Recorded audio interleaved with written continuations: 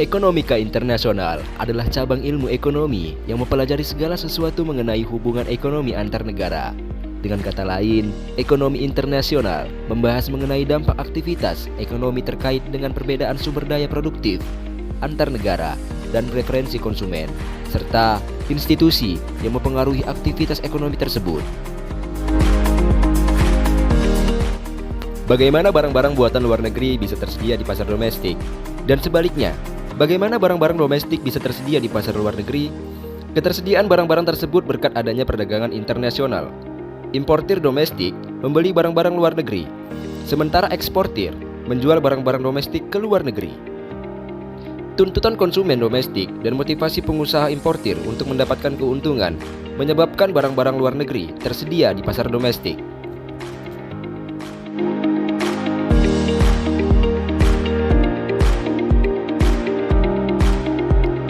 Ekspor bahasa sederhananya adalah kegiatan menjual barang dari dalam ke luar negeri. Misalnya saja, Indonesia memiliki tumbuhan jahe yang luar biasa melimpah. Untuk itu dunia internasional membutuhkan jahe untuk keperluan mereka. Nah, karena kebutuhan seperti inilah yang menyebabkan perdagangan internasional dan Indonesia mengekspor jahe ke beberapa negara lainnya. Kesimpulannya adalah Indonesia telah melakukan kegiatan ekspor ke luar negeri. Sedangkan pengertian impor adalah kegiatan yang menjual barang dari luar ke dalam negeri untuk memenuhi kebutuhan dalam negeri. Misalnya saja Indonesia tidak memiliki tanaman gandum karena gandum tidak bisa tumbuh di Indonesia. Untuk itu pihak Indonesia meminta bantuan negara lain untuk mendatangkan gandum ke Indonesia. Nah, hal inilah yang disebut dengan kegiatan impor.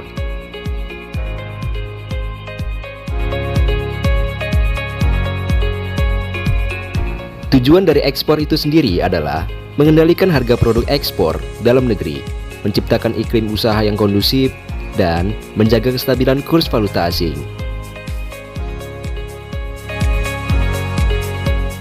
Dan manfaat dari kegiatan ekspor ini adalah meningkatkan hubungan kerjasama antar negara perdagangan, menambah devisa negara, dan memperluas pasar bagi produk lokal.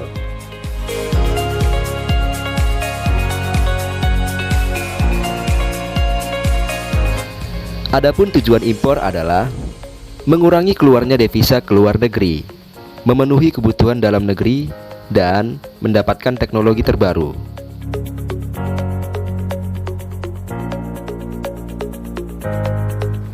Dan manfaat dari kegiatan impor adalah memperoleh barang dan jasa yang tidak bisa dihasilkan oleh negara, serta memperoleh bahan baku.